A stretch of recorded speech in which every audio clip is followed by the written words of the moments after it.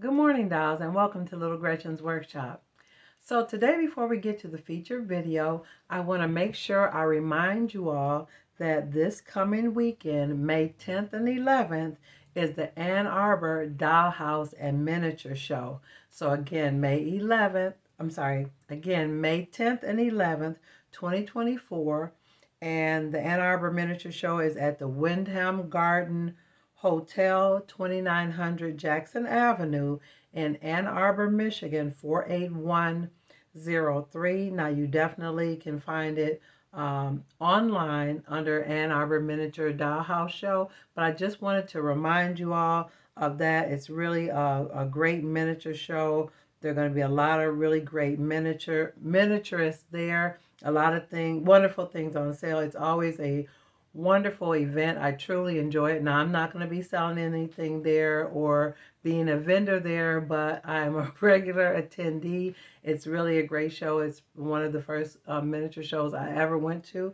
And I just want to remind you, dolls, to not to miss it. If you're in the Michigan, or you're in Michigan or in the Detroit area, and you can, get to the show, it's definitely a wonderful event. You can find some really great deals, meet some really wonderful people.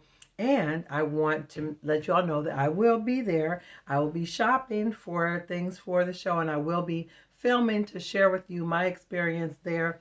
And I will be wearing my Little Gretchen's Workshop, What Are You Keeping That For t-shirt. So for those of you who haven't seen it yet, not modeling it today, but I just wanted you to see it, just to see. It's the WYKTF t-shirt. What are you keeping that for? And again, I think it's a wonderful t-shirt for anyone who's creative, not just miniaturists. And in addition to the t-shirt, I am also on my merchant shelf. There will be a link in the description.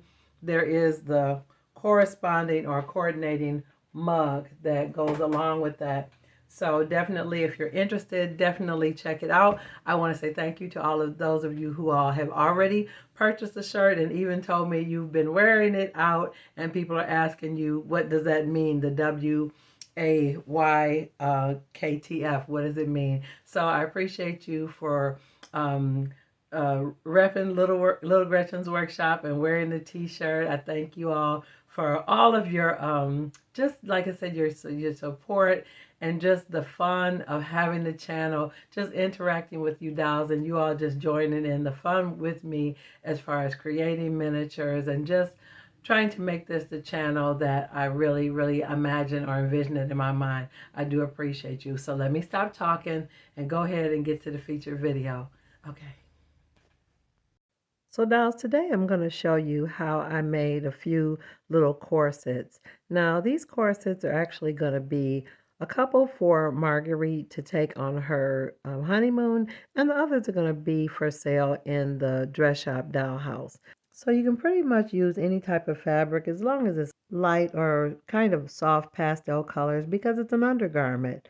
But I started my process off by using a really basic cotton to do more of a basic or really simple design. And I actually just cut it, it's folded in half, and kind of cut it to the size that I thought it would be for the dolls. Now, I did make several different sizes because I have dolls with lots of different figures and measurements. So I have to have sizes for the smaller, more petite dolls and for the dolls that have the fuller, more luxurious deluxe bodies as well. Now, I didn't have a pattern, and you dolls know I really don't work with patterns when making things for my dolls. I kind of just more or less make them approximately the size that I think it should be.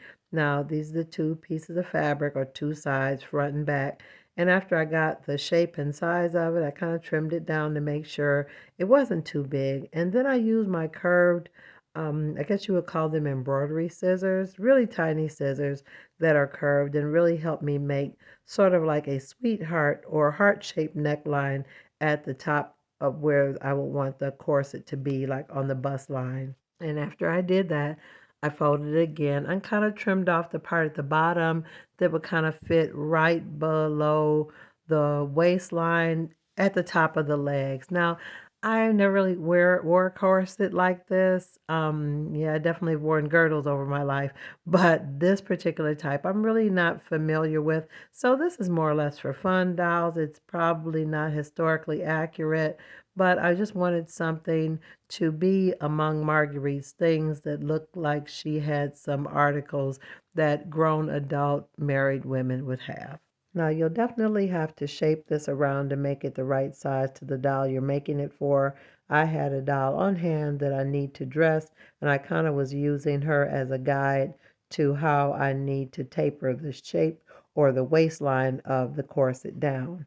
So make whatever changes you need to make before you begin to glue things together, because after you get your solid shape and begin to glue things, you really won't be able to cut or modify it. And once you get a size you like, it would be a good practice to create you a little template for the next time you need to make corsets. So I did make several, so I cut out several different shapes, and after I did my basic white ones, I actually cut out some other colors and a few in lace. But let me show you my basic assembly of how I made them after I got my shapes cut out.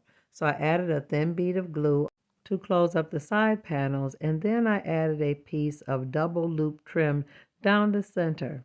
Now this particular type of trim to me is really, really great because it's small, and to me it gives the illusion that it's possibly something that would be able to be hooked or laced up. But in addition to using it for the lace up area, I did use it all over the garment to give the illusion of seams and boning.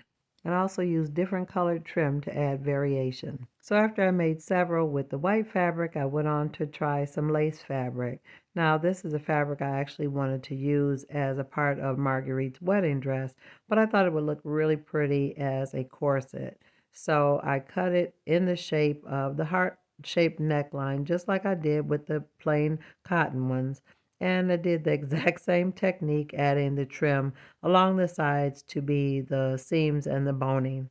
Now the technique is exactly the same, but the look and appearance is very, very different because of the sheer fabric. So don't be afraid to experiment and try different things. Now you definitely could use this with sheer fabric or fabric that was black or even red to give it a more racy, vampy type look. But I'm going for more of the delicate, innocent, very soft, feminine look. Now, while I was working on this one, I felt like I had made the torso type kind of long, so I did trim it down using the same shape, but I just trimmed it down and made it a little shorter. And here, dolls, I'm just allowing this to play so you can see that I used the exact same technique on the piece of lace that I used on the simpler, more plain corset just made with the white cotton. And you can see here with them all laying together, the look is dramatically different with the lace one. Now, when you're adding the trim around the Valentine neckline or around the bust line, you will need to take extra care as you turn the corner or the curve of that portion of the corset. It's not difficult, but it's just going to take a little time. And again, after that's done, begin to add your additional pieces of trim to give the illusion of boning and seams. Now, once you complete the basic body of your corset, you're going to want to go ahead and add your garter belts and even your straps. Now, I had some really, really teeny silk ribbon that I had and kind of just a cream color, and it was perfect. I thought it was the perfect scale for making the little garters, and I actually used it to make the straps as well.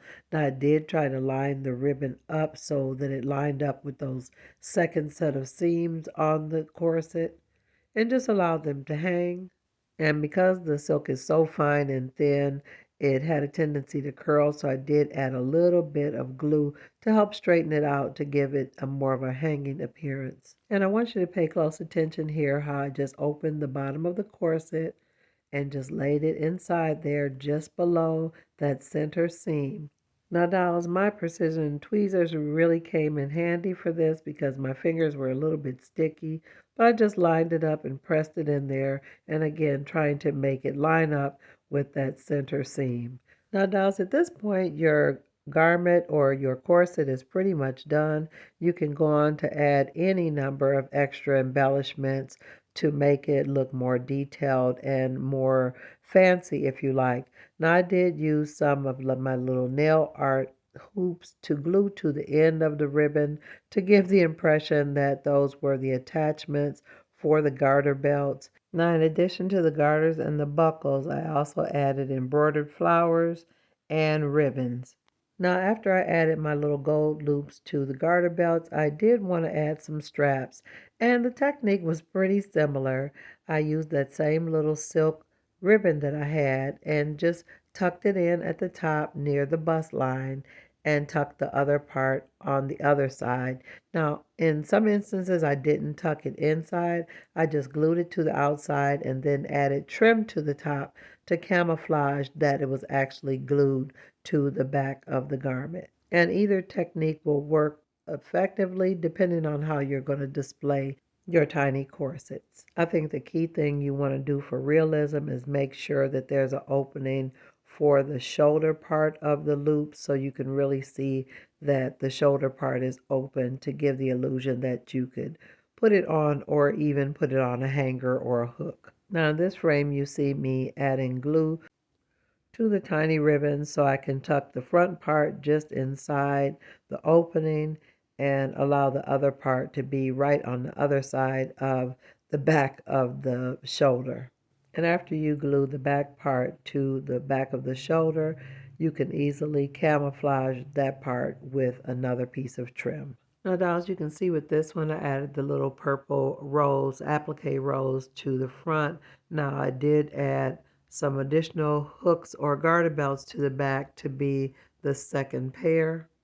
But you see here, it's the lace one. I used the same technique for adding the straps.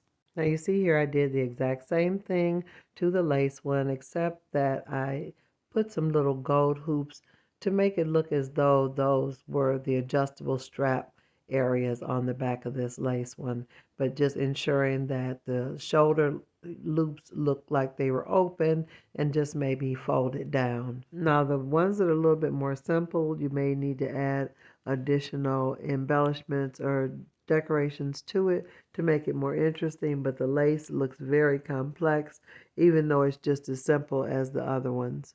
Now I did add a little rose to the top of that one in the purple applique, and I decided to make a really small bow to put on the back of the lace one. Now this was kind of tricky, trying to tie that teeny bow. I need to check out some tutorials on how to tie tiny bows, but it worked out, dolls.